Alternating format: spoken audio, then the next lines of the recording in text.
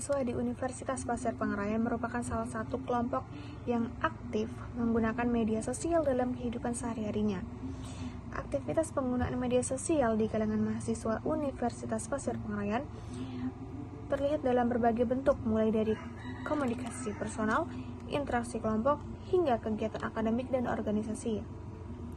Kondisi ini menunjukkan bahwa media sosial memiliki pengaruh dan peran yang cukup besar dalam kehidupan sosial mahasiswa di lingkungan kampus. Berdasarkan uraian tersebut, penting untuk dilakukan penelitian mengenai dampak penggunaan media sosial terhadap interaksi sosial mahasiswa. Penelitian ini diharapkan dapat memberikan gambaran yang jelas mengenai pengaruh media sosial terhadap pola interaksi mahasiswa, baik dari sisi positif maupun sisi negatifnya. Oke, jadi kita masuk pada bagian rumusan masalah dari judul proposal tersebut. Yang pertama yaitu bagaimana tingkat penggunaan media sosial di kalangan mahasiswa Universitas Pasir Pengarayan. Dan yang kedua yaitu apa saja dampak positif dan negatif penggunaan media sosial terhadap interaksi sosial mahasiswa. Dan yang ketiga yaitu bagaimana hubungan antara interaksi penggunaan media sosial dengan perubahan interaksi sosial mahasiswa. Adapun tujuan dari penelitian kami yaitu yang pertama adalah mengetahui tingkat dan pola penggunaan media sosial pada mahasiswa. Yang kedua adalah menganalisis dampak positif dan negatif media sosial terhadap interaksi sosial mahasiswa. Dan yang terakhir adalah mengetahui hubungan antara intensitas penggunaan media sosial dengan interaksi sosial mahasiswa. Oke, selanjutnya yaitu manfaat penelitian. Yang pertama yaitu manfaat teoritis.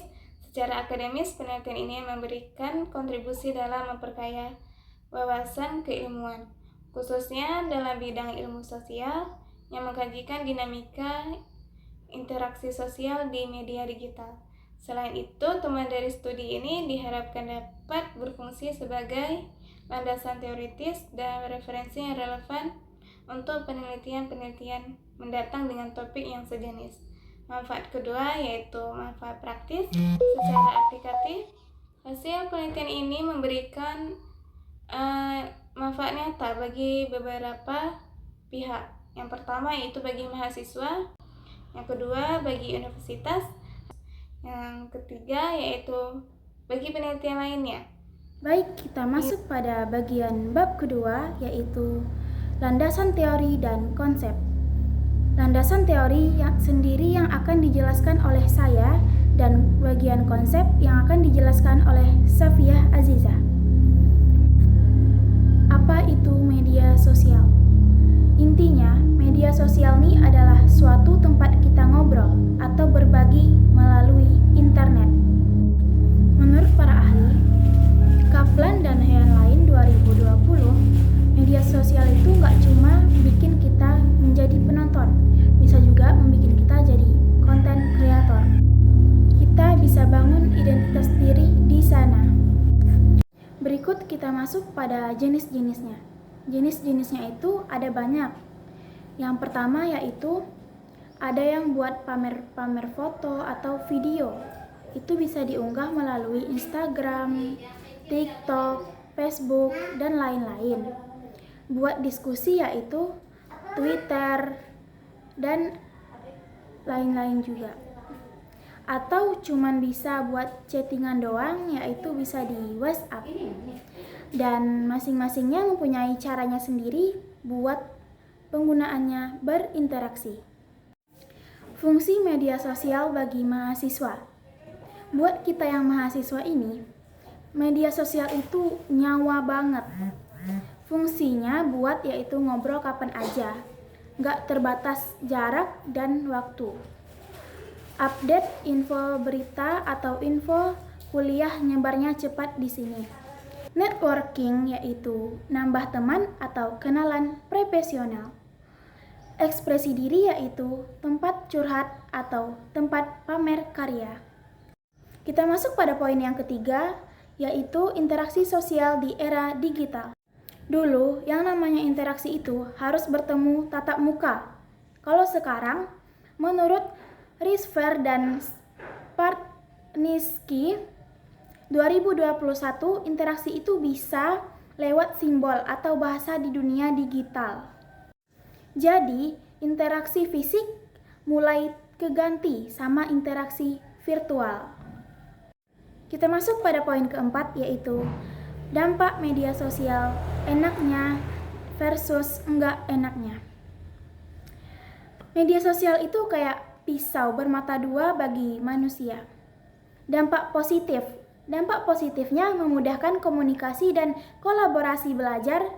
Kita bisa tetap dekat sama teman meskipun jauh dan gampang banget buat diskusi kelompok.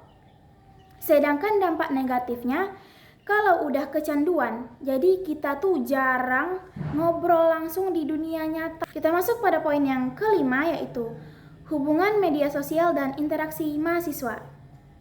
Jadi intinya nih, hubungan media sosial sama cara kita bergaul itu kompleks.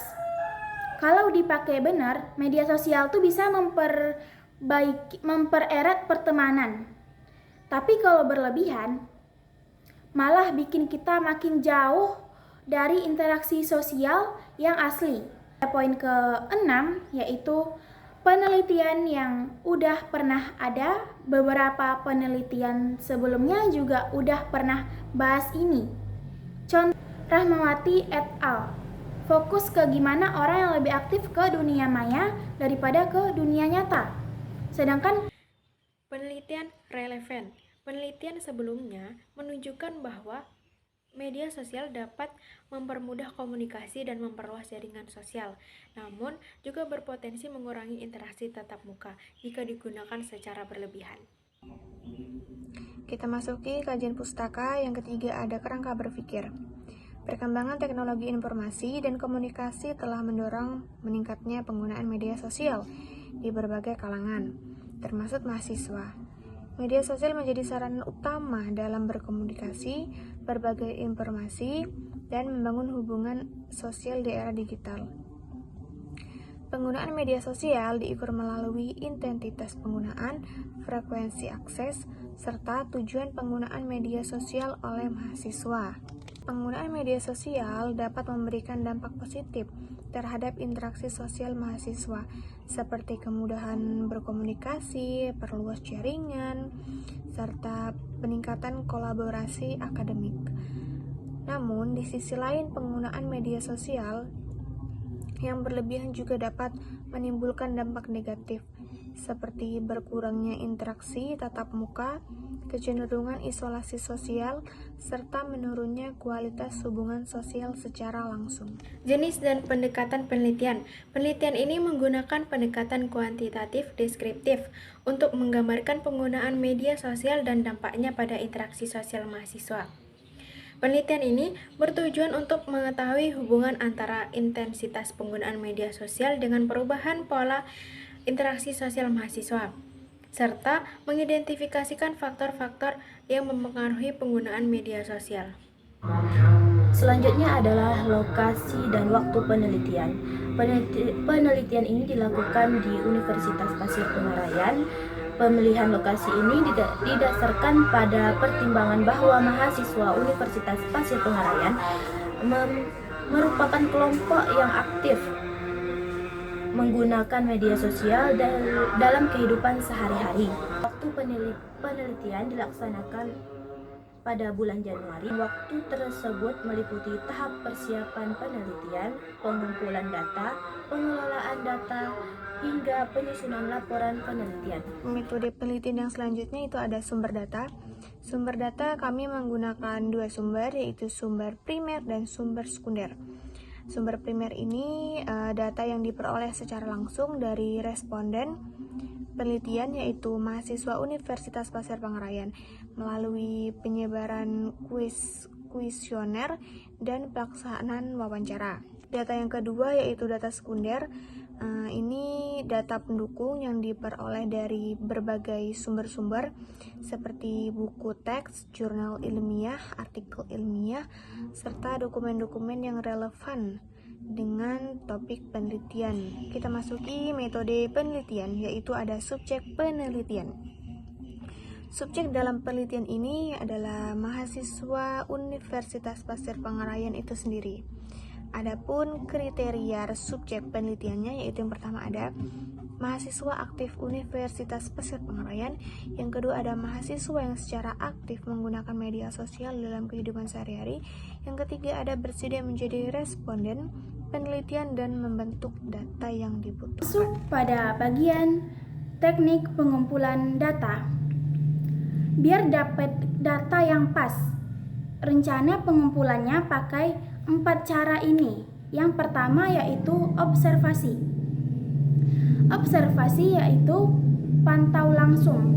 Gimana sih tingkah laku dan cara mahasiswa bergaul sambil main media sosial di kampus buat dapat gambaran awal. Yang kedua yaitu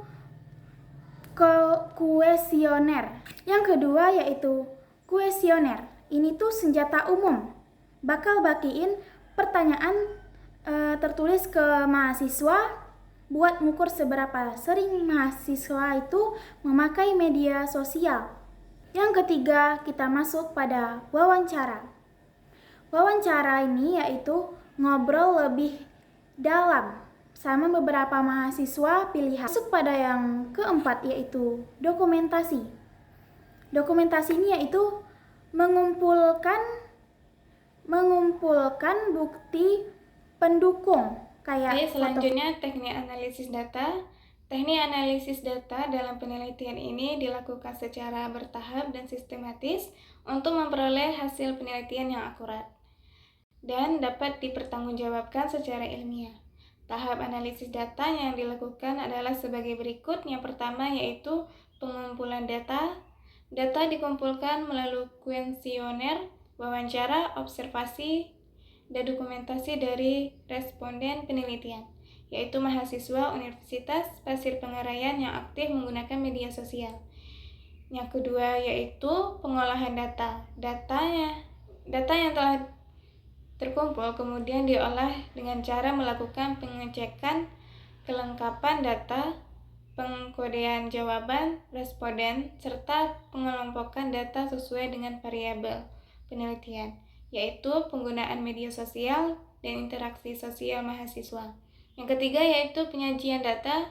Data yang telah diolah disajikan dalam bentuk tabel, diagram, atau deskripsi naratif untuk memudahkan pemahaman terhadap hasil penelitian. Penyajian data bertujuan untuk menggambarkan secara jelas tingkat penggunaan media sosial dan kondisi interaksi sosial mahasiswa. Yang terakhir yaitu penarikan kesimpulan. Tahap terakhir analisis data adalah penarikan kesimpulan berdasarkan hasil pengolahan dan penyajian data. Kesimpulan ditarik dengan mengaitkan hasil penelitian dengan tujuan penelitian dan landasan teori yang digunakan.